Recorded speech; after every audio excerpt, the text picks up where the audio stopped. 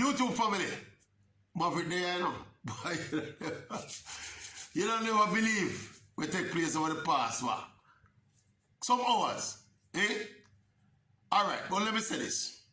CM Saga are dominate the news. CM Saga are dominate the space. SSL and the $3 billion fraud.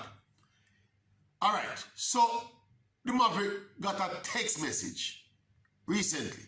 And subsequent to that text message, a phone call was made. Maverick on one line and Zachary Harding, the former CEO of the troubled SSL, on the other end of the line. We talk long. We talk about everything. We ask every question we want to ask. Every question will come to my head. And Mr. Harding answer almost all of them. Well, he answer all of them. Obviously, I ask him if we can go on record with some of them something I will tell me. He say yes, because I have nothing to hide. Obviously, basically up front, he profess in total innocence from the kind of accusations and innuendos where people say, I drag him name through the mud as part of this whole big fiasco, you know. And look here, him now influence me trend of thought and my line of thought, you know. But he obviously went on to give me his perspective and his version on the entire situation. Remember, Mr. Harding was CEO of SSL from 2019 up to mid-2022. First of all, he said he went to SSL having already known that there were some issues with SSL when he cleaning up. And he said he went there with a mandate to get certain of those issues sorted out. He said the magnitude of the issues, I know I like what some people make them out to be. He said just some procedural and some, you know, in terms of adherence to certain protocol and them kind of something. Never went on a long detail with me about that, you know.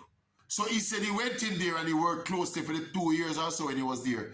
He worked closely with FSC to try and straighten out a lot of these issues that were less than perfect with the company at the time. All right, moving on. Now I ask him, why leave SSL? Him say the company, him say the core business was SSL, you know, right? They went to stock brokerage, basically. And him say, I don't feel him favorite former business that he wanted to. In fact, before he left, let me rewind. Before he left, he formed this company named Delta. We're into, you know, asset management company kind of thing, yeah? Right? So him saying, he formed Delta, which was more in line with his personal core preference and what he want to do as a business. So him saying, you know, while he was at SSL, he formed Delta, and we asked him about the fact that Mr. Crockery, the senior Crockery, was a shareholder in a Delta. I said, oh, you reconcile that? Him say, yeah. Him do that. People, me are telling you what the man tell me, you know. Me make you decide the veracity and how believable it is. We just basically a recount what him tell me because I ask him permission if we can do it. Right, so him say he gave Mr. Crockery some shares because him still there the company where the man own a work. So him say, he might incentivize, since it's a new idea and his idea, him say, incentivize the director of SSL. You know, if you come in this new line of business, to see if him can, you know, business people like expand them horizons. So him said that's the reason why Mr. Crockery was made a shareholder in the initial stages of Delta. And him said people that say him take UCN bolt money for the Delta. Him said that don't have nothing with it. So him capitalize Delta and it don't have nothing to do with UCN bolt money. Alright, subsequently now he left SSL. So me ask him why he left SSL. Him say he go back because he was going to concentrate on Delta. And the SSL brokerage, stock brokerage business, I know his favorite kind of thing. I know him kind of thing. So that, him said that is why he never buy no shares in a SSL while he was CEO. Alright, as we say, a whole lot of things we tell me, people. He went on to say now, the instructive thing now, he tell me him drop one or two big bombshells for me, you know. Not knowing Usain Bolt, the whole something that Mr. Harding, that is unbelievable. You cannot be CEO of a company and have a client of the statue of Usain Bolt, and you don't know about him. Something wrong with that. He explained to me meticulously how that go. And I saw the story start come to bumps. Him say, look here. Him say when he came in as CEO of SSL in 2019, such lady, which is a central figure in the whole thing, Jean and Pantan, me call her Such Lady. Such Lady has been with the company for over 2 decades. I think something like closer to 3 decades, right? So she basically was there before him and the previous CEO and the full management team that was there while he was there. She did it before the whole of them. She's senior in the business. And she basically in charge of certain, what them call them, high value clients. She basically take them clients for herself. And she deal with them. You know, it has subsequently been revealed that the Usain Bolt team admitted that she is the only one that they dealt with at the firm. Right? So him say, why it is absolutely plausible, say never know Usain Bolt or know of any company that Usain Bolt was involved with that invested in SSL while he was CEO. He said because Miss Pantan held those accounts so close to her chest.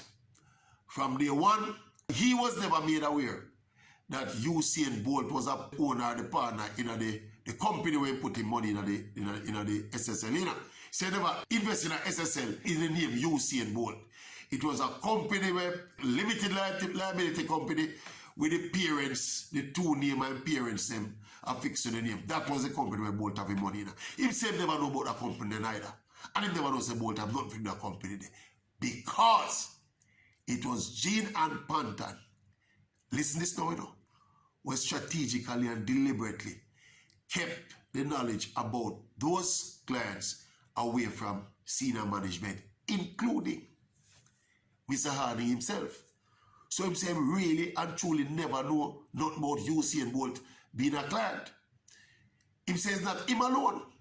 Him said the previous CEO, a lady, him said for the same reason, that lady never know about Usain Bolt doing business with them either. So him said this big alabaloo where people like me, him said this assertion where we are make, say there is no way him could have not know of Usain Bolt involved by the company. He explained it. As me say, it's over hour me and him on the phone, you know. And him explained it in detail to me.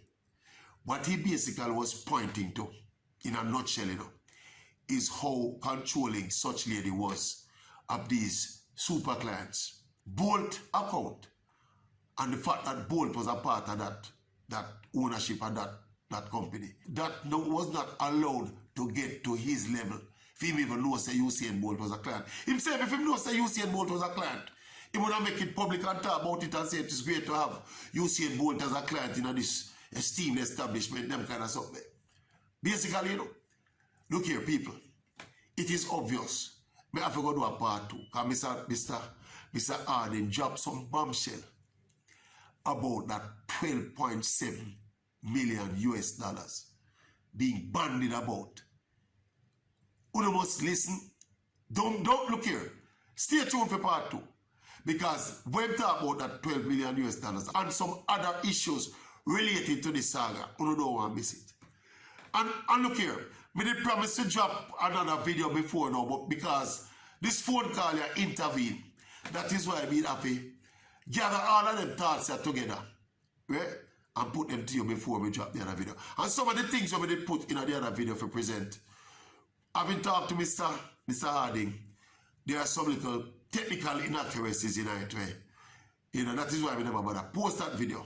So we decide to talk about the phone call from Mr. Harding before we actually post that video.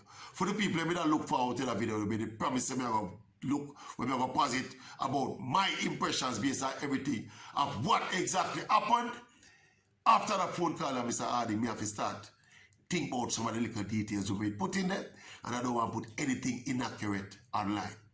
You don't want to ever do that because your credibility at stake. But look here, when we come back in a part 2, you see that 12.7 million US dollar there. Listen what Mr. Harding have to say about that 12.7 million dollar. Don't miss it. In the meantime, tell me what you think about what I say. Part 2. You hear the man say Miss Pantan run the place. Eh? Part 2, we talk some more. Part 2. Soon come.